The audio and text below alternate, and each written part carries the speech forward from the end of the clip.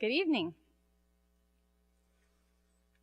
After reading the text for today, I've been wondering all week about the desert. What is a desert? So in true academic fashion, I looked it up. Essentially, a desert is an ecological biome that receives less than 22 inches of rain per year. So the desert is dry. Some may even say desolate. Some deserts have more vegetation than others. Some are even cold. There's such a thing as a cold desert rather than a hot desert. But the defining factor for a desert is ultimately the amount of water that's received each year. Now, I haven't spent too much time in the desert myself, but I think we had a glimpse of what it's like last summer during the drought out here in South Texas. I do a lot of driving, and there's some really pretty places around this area. Places where, as a driver, I have to be very careful because my temptation is to stare at the water on either side of the road, glistening in the sun, rushing under the bridges, spilling over the rocks, beckoning me. But this summer, my heart sunk as I drove by countless areas where instead of being drawn to the water, I was disheartened to see only dry rocks and cracked ground. Abandoned boat docks, lifeless rope swings, and dead brown vegetation. The lack of water was alarming, and no one felt it worse than those in our state who provided food for human and animal consumption. Cattle were sold off because there was no water to grow food to feed them. Crops were decimated. Water restrictions in our homes were imposed to keep the aquifer at levels that could sustain our own human way of life. And then there was the burning. As we smelled the smoke and saw the hazes in the distance and wondered if our own spaces were safe, dryness or lack of water took on new meaning for us. I also asked my family, too, what they thought of when they heard the word desert. My husband said hot and dry, and you get really thirsty. Just like the land, we too run the risk of drying up. And my son said, after Sunday school today, proud mama moment, Jesus was in the desert for, I think, 40 days, and I think he must have been very lonely. I realized that I think he was right. We hear in the story today that there's wild animals in the desert, but when I think of the desert, they don't immediately come to mind. It's probably because you don't see them. They're hiding, they're staying cool, they're avoiding harm, they're stalking potential food sources, worse yet, they're watching me. We often have images of the birds symbolizing death. It's lonely in the desert. It's empty and alone. Even Ash Wednesday this week reminded me of the desert, dusty and dry. We are dust, and to dust we shall return. Those ashen crosses remind us of the mortality that often the desert image conjures up, and they also remind us that sometimes we are spiritually dry. It's no surprise that Jesus is tempted in the wilderness, a place of danger, loneliness, and desolation. And the wilderness is often what we feel when we are disconnected from others, wandering, broken, tempted, and thirsty. What are the deserts in your life? When do you feel alone or lost or lifeless and thirsty? So getting back to the text today, I wonder why. Why in our gospel today is Jesus sent out to the wilderness? In fact, Jesus isn't just sent. The reading says the Spirit immediately drove him out into the wilderness. Why would Jesus be driven to a place that lacks water, to a place of emptiness and temptation? A lifeless place. Well, for some of you that know me, you may have noticed that in all of this desert talk today, I haven't told you about how my daughter answered the question that I asked, so I'll tell you now, because I think she sees something very different, and I think she's onto something. When I asked Hannah what she thinks of when she thinks of the desert, she said, well, when I think of the desert, I just like to add the letter S, and then it becomes dessert. Ah, my little optimist who sees the bigger picture. because she's right. There's more to the desert than meets the eye. There is actually the possibility for life in the desert. The animals know how to survive, and the plants too. They have special ways to store and save water, and they are built to withstand the toughest conditions and to make the most of the rain when it does come. And that's the good news. The rain does come, and it fills the land and floods it with goodness, bringing new life to desolate conditions.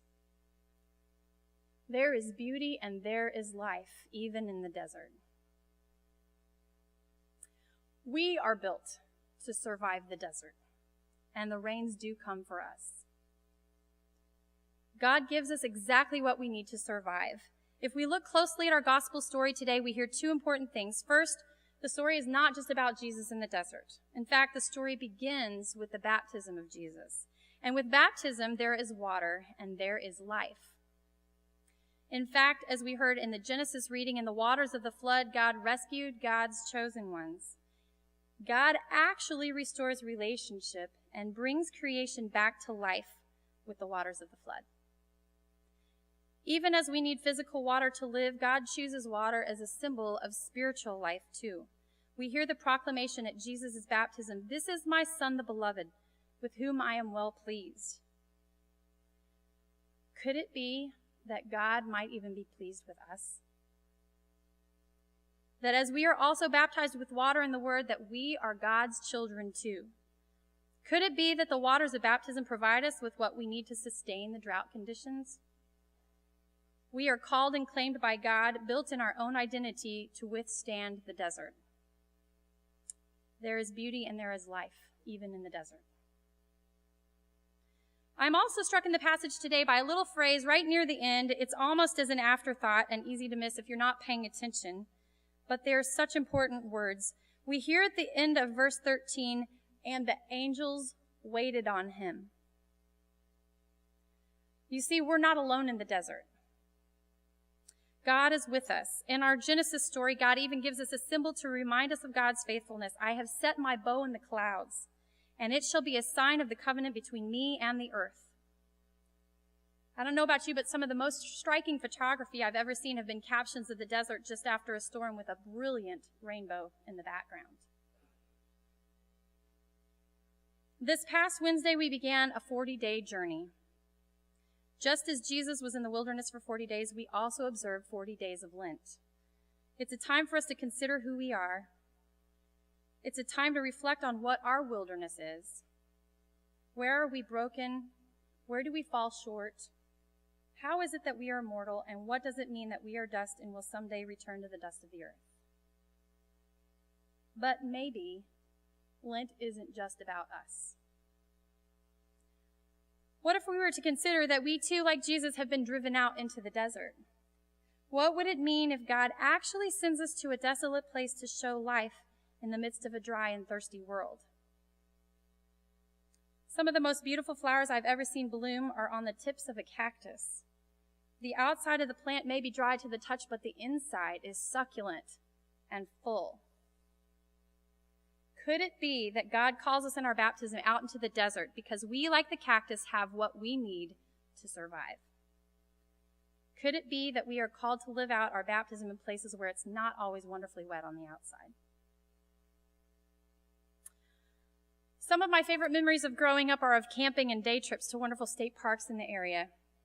And one particular outing that I remember was on a day much like this weekend that we've experienced, actually. It was a little chilly, but sunny and beautiful. Warm enough to wear shorts, but cool enough you probably wanted a sweatshirt too, and I'm sure I argued with my mother about wearing that sweatshirt.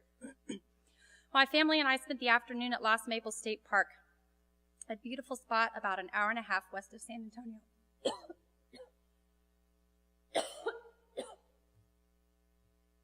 Excuse me.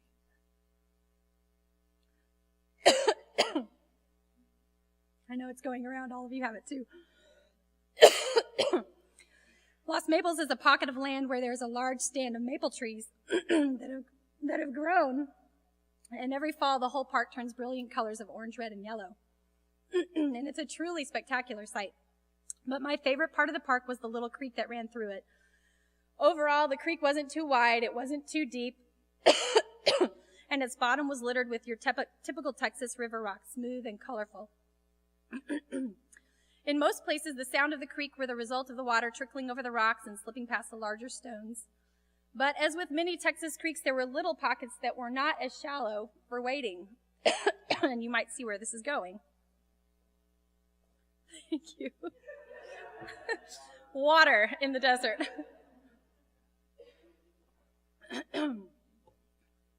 Much better.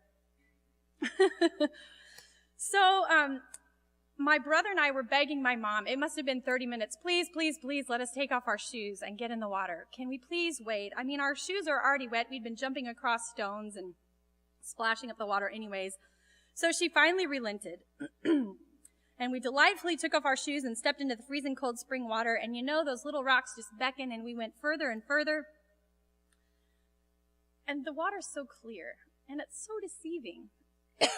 So we couldn't really be blamed when that one slightly larger step sent me plunging into 3.5 feet of water instead of 1.5 feet of water. And of course, then, since I was all wet, it wasn't fair that my brother couldn't get all wet too.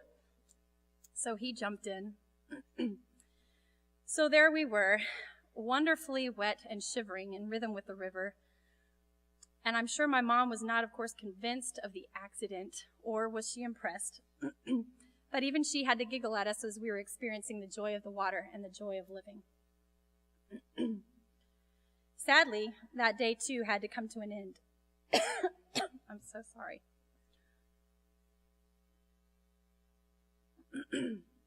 Because as joyful as a clear creek in Texas is on a cool spring day, you can't stay in it forever.